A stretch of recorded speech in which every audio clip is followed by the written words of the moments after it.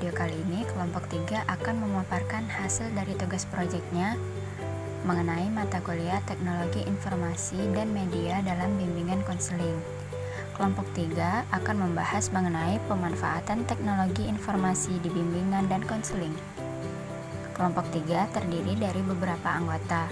Yang pertama, Putri Juliani, yang kedua, Devantri Cahyo, yang ketiga, Nafi Ramadhani Arsanti, yang keempat, Siti Nur Azmi, yang kelima, Nurul Fitri Hasibuan, dan yang terakhir, yang keenam, ada Amelia Syafa Nurjannah.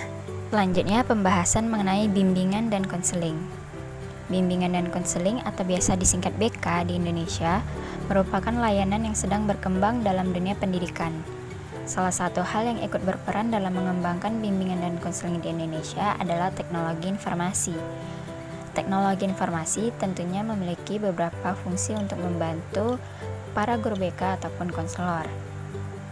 Adapun teknologi informasi memiliki fungsi di bimbingan dan konseling antara lain adalah: yang pertama, agar memudahkan konselor dalam menyusun dan mengolah data. Yang kedua, agar menjaga kerahasiaan suatu data. Yang ketiga, membantu individu maupun kelompok untuk berkomunikasi. Yang keempat, memberikan kesempatan kepada individu untuk berkomunikasi. Dan yang kelima, menjadikan teknologi sebagai alat program kerja. Selanjutnya, peran teknologi informasi dalam bimbingan dan konseling. Ada beberapa poin. Yang pertama, untuk mempermudah konselor memberikan layanan. Yang kedua, memberikan alat bantu bagi siswa maupun konselor. Yang ketiga, membantu siswa dalam mencapai kesadaran diri. Yang keempat, untuk meningkatkan minat daya tarik siswa. Dan yang kelima, untuk mempermudah akses siswa dalam melakukan layanan. Adapun penggunaan teknologi informasi dalam layanan bimbingan dan konseling antara lain: 1. Konseling melalui telepon. Telepon genggam sangat bisa membantu konselor dan konseli dalam hubungan komunikasi. Yang kedua, konseling melalui radio dan televisi. Hal ini juga bisa membantu untuk menyebarkan informasi. Dan yang ketiga, konseling berbantuan komputer, yaitu melalui internet. Penggunaan komputer tentu saja bisa membantu, apalagi ditambah dengan sambungan internet. Orang-orang yang berada di jarak yang jauh akan bisa tersambung jika masing-masing memiliki internet. Oke, selanjutnya pembahasan mengenai metode penggunaan teknologi informasi dalam bimbingan konseling. Metode ini terdiri dari 2 poin. Yang pertama, secara online, dan yang kedua, secara offline.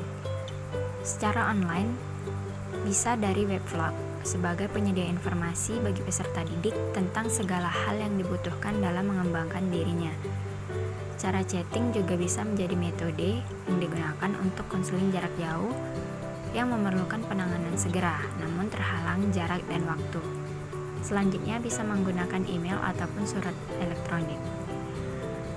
Pada zaman ini, hal tersebut menjadi tren karena media yang dianggap cepat dan terjaga privasinya untuk menyampaikan aspirasi maupun curahan hati kepada konselor.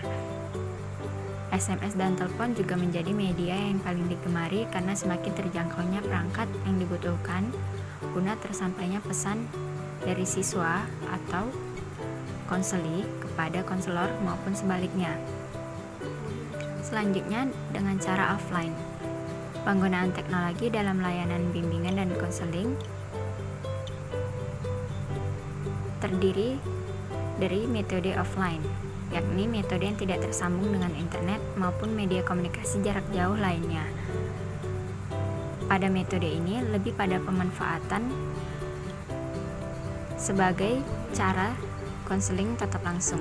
Sekian yang bisa kami sampaikan. Semoga video ini membantu dan bermanfaat untuk kita semua.